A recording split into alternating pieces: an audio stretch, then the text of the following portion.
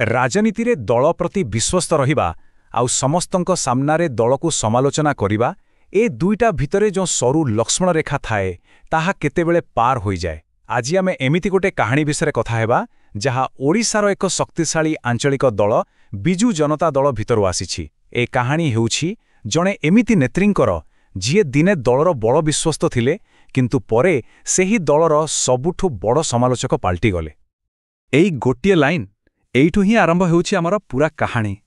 ଦେଖନ୍ତୁ, ଏଇଟା ଖାଲି ଗୋଟେ ଅଭିଯୋଗ ନୁହେଁ, ବରଂ ଏହା ଏକ ବଡ଼ ରାଜନୈତିକ ଝଡ଼ର ସଂକେତ ଦେଉଥିଲା ଯାହା ଦଳ ଭିତରର ଅନେକ ଲୁଚି ରହିଥିବା କଥାକୁ ପଦାକୁ ଆଣିବାର ଥିଲା। ତେବେ ସବୁଠୁ ବଡ଼ ପ୍ରଶ୍ନ ହେଉଛି, ଆଖିର ଏମିତି କ'ଣ ହେଲା ଯେ ଜଣେ ଏତେ ପ୍ରତିଶ୍ରୁତି ସମ୍ପନ୍ନ ନେତ୍ରୀ ନିଜ ଦଳ ବିରୁଦ୍ଧରେ ହିଁ ମୁହଁ ଖୋଲିବାକୁ ବାଧ୍ୟ ହେଲେ? ଆସନ୍ତୁ ଏହି ପୁରା ଘଟଣାକୁ ଟିକେ ଭଲ ଭାବେ ବୁଝିବା। ତ ଏହି ପୁରା କାହାଣୀର ମୁଖ୍ୟ ଚରିତ୍ର ହେଉଛନ୍ତି ଶ୍ରୀମୟୀ ମିଶ୍ର।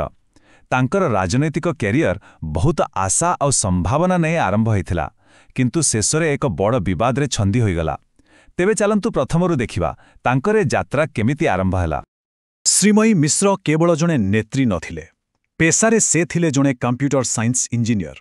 ଆଉ ସେତେବେଳର ମୁଖ୍ୟମନ୍ତ୍ରୀ ନବୀନ ପଟ୍ଟନାୟକ ନିଜେ ହିଁ ତାଙ୍କୁ ରାଜନୀତିକୁ ଆସିବାକୁ ଉତ୍ସାହିତ କରିଥିଲେ। ଉଦ୍ଦେଶ୍ୟ ଥିଲା ଶିକ୍ଷିତ ମହିଳାମାନେ ରାଜନୀତିରେ ଆଗକୁ ଆସନ୍ତୁ, ଆଉ ଶ୍ରୀମୟୀ ଥିଲେ ତାର ଏକ ବଡ଼ ଉଦାହରଣ। ଆଉ ରାଜନୀତିରେ ଆସିବା ପରେ ତାଙ୍କର କ୍ୟାରିୟର ଗ୍ରାଫ୍ ବହୁତ ଜଲ୍ଦି ଉପରକୁ ଉଠିଥିଲା। ଦେଖନ୍ତୁ, 2006ରେ ସେ ଛାତ୍ର ରାଜନୀତିରେ ଥିଲେ, ପଶ୍ଚିମ ଓଡ଼ିଶା ପାଇଁ ବିଜେଡି ଛାତ୍ର ଶାଖାର ସଭାପତି ହେଲେ। ତାପରେ 2012ରେ ସିଧା ଦଳର ସାଧାରଣ ସମ୍ପାଦକ, ଆଉ 2017 ବେଳକୁ ତ ସେ ବିଜୁ ମହିଳା ଜନତା ଦଳର କାର୍ଯ୍ୟକାରୀ ସଭାପତି। ମାନେ ମାତ୍ର 10 ବର୍ଷ ଭିତରେ ଛାତ୍ର ରାଜନୀତିରୁ ଏତେ ବଡ଼ ପଦବୀ। ଏଥିରୁ ସ୍ପଷ୍ଟ ଜଣାପଡ଼ୁଥିଲା ଯେ ସେ କେତେ ଦକ୍ଷ ଥିଲେ ଆଉ ଦଳ ପାଇଁ କେତେ ସମର୍ପିତ ଥିଲେ। କିନ୍ତୁ କହନ୍ତି ନା, ସବୁବେଳେ ସବୁକିଛି ଠିକ୍ ଚାଲେନି। ତାପରେ ଆସିଲା କୋଭିଡ୍ ମହାମାରୀ। ଆଉ ଏହି ମହାମାରୀ କେବଳ ସାଧାରଣ ଲୋକଙ୍କ ଜୀବନ ବଦଳେଇଲା ନାହିଁ, ଦଳ ଭିତର ପାୱାର ଡାଇନାମିକ୍ସକୁ ବି ପୁରା ଓଲଟପାଲଟ କରିଦେଲା। ଆଉ ଏଇଠୁ ହିଁ କାହାଣୀରେ ଆସିଲା ଏକ ବଡ଼ ମୋଡ଼। ତ ପରିବର୍ତ୍ତନଟା କ'ଣ ଥିଲା? ଶ୍ରୀମୟୀଙ୍କ ଅଭିଯୋଗ ଅନୁସାରେ ମହାମାରୀ ପରେ ସିଧା ମୁଖ୍ୟମନ୍ତ୍ରୀଙ୍କ ପାଖରେ ପହଞ୍ଚିବା ବାଟଟା ହିଁ ବନ୍ଦ ହୋଇଗଲା। ଆଉ ଦଳର ପୁରା ନିୟନ୍ତ୍ରଣ ନେତାମାନଙ୍କ ହାତରୁ ଚାଲିଯାଇ ଅଫିସରମାନଙ୍କ ହାତକୁ ଆସିଗଲା। ଏଇଟା ଗୋଟେ ଛୋଟ କଥା ନଥିଲା, ଏକ ବହୁତ ବଡ଼ ପରିବର୍ତ୍ତନ ଥିଲା। ଏହି ପରିବର୍ତ୍ତନକୁ ବୁଝିବାକୁ ହେଲେ ଏହି ତୁଳନାଟାକୁ ଦେଖନ୍ତୁ। ଶ୍ରୀମୟୀଙ୍କ କହିବା କଥା, ପ୍ୟାରୀବାବୁଙ୍କ ସମୟରେ ଦଳ ନେତା ତିଆରି କରୁଥିଲା, ଲୋକଙ୍କ ସହ ଯୋଡ଼ି ହୋଇ ରହୁଥିଲା। କିନ୍ତୁ କୋଭିଡ୍ ପରେ ଯେଉଁ ଅଫିସର ରାଜ ଆସିଲା, ସେଠି ନେତା ନୁହେଁ ବରଂ ଚାଟୁକାର ତିଆରି ହେଲେ। ଆଉ ଯେତେବେଳେ ଅଫିସରମାନେ ଦଳ ଚଲେଇଲେ, ଦଳ ଧୀରେ ଧୀରେ ମାଟିର ମାନେ ତୃଣମୂଳ ସ୍ତରରୁ ବିଚ୍ଛିନ୍ନ ହୋଇଗଲା। ଖାଲି ନେତୃତ୍ୱ ବଦଳିଲାନି, ତାଙ୍କ ଅଭିଯୋଗ ଅନୁସାରେ ତାଙ୍କୁ ଗୋଟେ ପରେ ଗୋଟେ ରାଜନୈତିକ ବିଶ୍ୱାସଘାତକତାର ବି ସାମ୍ନା କରିବାକୁ ପଡ଼ିଲା। ଆସନ୍ତୁ ଦେଖିବା କ'ଣ ସବୁ ଘଟିଥିଲା। ଏହା ଗୋଟେ ଥରର କଥା ନଥିଲା। ତାଙ୍କ କହିବା ଅନୁସାରେ ଏହା ଥିଲା ଗୋଟେ ସିରିଜ୍।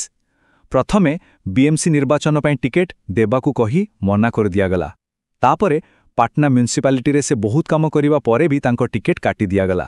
ଏମିତିକି 33% ମହିଳା ସଂରକ୍ଷଣର କଥା କହି ତାଙ୍କୁ ରାଜ୍ୟସଭା ସିଟ୍ ଦେବାର ପ୍ରତିଶ୍ରୁତି ବି ପୂରଣ ହେଲାନି। ଆଉ ଶେଷରେ ଯେତେବେଳେ ଲୋକସଭା ପ୍ରାର୍ଥୀପତ୍ର ବି ମିଳିଲାନି, ସେଇଟା ଥିଲା ତାଙ୍କ ପାଇଁ ଶେଷ ଝଟକା। ଏସବୁ ଘଟଣା ପରେ ଶ୍ରୀମୟୀଙ୍କର ଆକ୍ରୋଶର ଦିଗ ଆଉ ଟିକେ ବଦଳିଗଲା। ଏଥର ସେ ସିଧାସଳଖ ଦଳର ସବୁଠୁ ବଡ଼ ନାରା ମହିଳା ସଶକ୍ତିକରଣ ଉପରେ ହିଁ ପ୍ରଶ୍ନବାଚୀ ସୃଷ୍ଟି କଲେ। ଆମେ ସମସ୍ତେ ଜାଣିଛେ, ବିଜେଡି ପାଇଁ ମହିଳା ସଶକ୍ତିକରଣ କେବଳ ଗୋଟେ ସ୍ଲୋଗାନ ନୁହଁ, ଏହାକୁ ଦଳ ସବୁବେଳେ ନିଜର ଏକ ମୂଳ ନୀତି ବୋଲି କହି ଆସିଛି। ଏହା ଦଳର ପରିଚୟର ଏକ ବଡ଼ ଅଂଶ। କିନ୍ତୁ ଶ୍ରୀମୟୀଙ୍କର ଅଭିଯୋଗ ଏହି ପରିଚୟ ଉପରେ ଏକ ବଡ଼ ପ୍ରଶ୍ନ ଛିଡ଼ା କରୁଛି। ସେ କହୁଛନ୍ତି, ଯେତେବେଳେ ତାଙ୍କୁ ଏତେ ଅପମାନିତ କରାଗଲା, ଏପରିକି ଜଣେ ମହିଳା ବିଧାୟକ ଆଉ ଜଣେ ମହିଳାଙ୍କୁ ହିଂସାର ଧମକ ଦେଲେ, ସେତେବେଳେ ଦଳର ବଡ଼ ବଡ଼ ମହିଳା ନେତ୍ରୀମାନେ କାହିଁକି ଚୁପ୍ ରହିଲେ? ତାଙ୍କ କହିବା କଥା, ଏହି ନୀରବତା ହିଁ ତାଙ୍କୁ ସବୁଠୁ ବେଶୀ କଷ୍ଟ ଦେଇଛି। ଆଉ କଥାଟା କେବଳ ଚୁପ୍ ରହିବାରେ ସୀମିତ ନଥିଲା। ସେ ଆହୁରି ଅଭିଯୋଗ କରନ୍ତି ଯେ ତାଙ୍କର ଚରିତ୍ର ସଂହାର କରାଯାଇଥିଲା, ଏପରିକି ଭିଡିଓ ଜରିଆରେ ଧମକ ବି ଦିଆଯାଇଥିଲା। ଆଉ ଏସବୁ ସତ୍ତ୍ୱେ ଦଳର ଉପର ମହଲରୁ କେହି ବି ଏଥିରେ ହସ୍ତକ୍ଷେପ କଲେନି। ଏହାପରେ ଆସିଲା 2024 ନିର୍ବାଚନ ଆଉ ବିଜେଡିର ବଡ଼ ପରାଜୟ। ଏହି ପରାଜୟ ପରେ ଶ୍ରୀମୟୀଙ୍କ ଭିତରେ ଯେଉଁ ଅସନ୍ତୋଷ ଥିଲା, ତାହା ଏକ ପ୍ରକାର ବିସ୍ଫୋରଣ ହେଲା। ସେ ଆଉ ଚୁପ୍ ରହିଲେନି, ବରଂ ଖୋଲାଖୋଲି ଭାବେ ଦଳ କାହିଁକି ହାରିଲା ତାର କାରଣ ସମସ୍ତଙ୍କ ସାମ୍ନାରେ ରଖିବାକୁ ଲାଗିଲେ। ତେବେ ତାଙ୍କ ହିସାବରେ ଦଳ ହାରିବାର କାରଣ କ'ଣ ଥିଲା? ସେ କହିଲେ, ଅନେକ କାରଣ ଥିଲା।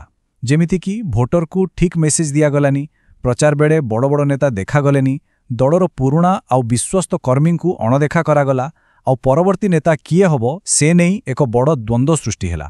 ଏହାଛଡ଼ା ଶେଷ ମୁହୂର୍ତ୍ତରେ ଏପଟ ସେପଟ କରି ପ୍ରାର୍ଥୀ ବଦଳାଇବା ବି ଏକ ବଡ଼ ଭୁଲ ଥିଲା ବୋଲି ସେ କହିଲେ। ଆଉ ଏତେ ଖୋଲାଖୋଲି କହିବାର ପରିଣାମ ତ ଭୋଗିବାକୁ ପଡ଼ିବ। ତାଙ୍କୁ ତାହା ହିଁ ଭୋଗିବାକୁ ପଡ଼ିଲା। ସେ ଯେତେବେଳେ ସାଙ୍କେତିକ ଭାବରେ ନେତୃତ୍ୱକୁ ସମାଲୋଚନା କରି କିଛି ଲେଖାଲେଖି କଲେ, ତାପରେ ତାଙ୍କୁ ଦଳରୁ ସିଧା ନିଲମ୍ବିତ କରିଦିଆଗଲା। ବାସ୍ ଏଇଠି ହିଁ ଜଣେ ଦଳର ଭିତର ଲୋକ ଆନୁଷ୍ଠାନିକ ଭାବେ ବାହାର ଲୋକ ପାଲଟିଗଲେ। ତ ଏବେ ପ୍ରଶ୍ନ ଉଠୁଛି, ଦଳରୁ ନିଲମ୍ବିତ ହେବା ପରେ ଶ୍ରୀମୟୀଙ୍କ ଭବିଷ୍ୟତ କ'ଣ? ସେ ଏବେ କ'ଣ କରିବେ? ତାଙ୍କର ଆଗାମୀ ରାସ୍ତା କ'ଣ ହେବ?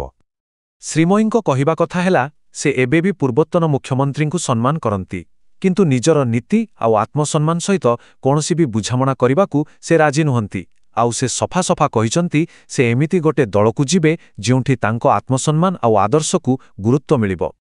ତେବେ ଶେଷରେ ଏହି ପୂରା କାହାଣୀ ଆମ ପାଇଁ ଗୋଟେ ବଡ଼ ପ୍ରଶ୍ନ ଛାଡ଼ିଯାଉଛି। କୌଣସି ବଡ଼ ରାଜନୈତିକ ଦଳ ଭିତରେ ଯଦି କେହି ସତ କହିବାକୁ ସାହସ କରେ ବା ବିରୋଧ କରେ, ତେବେ ତାର ପରିଣତି କ'ଣ ହୁଏ? କ୍ଷମତାର ସଂସ୍କୃତି କେମିତି କାମ କରେ?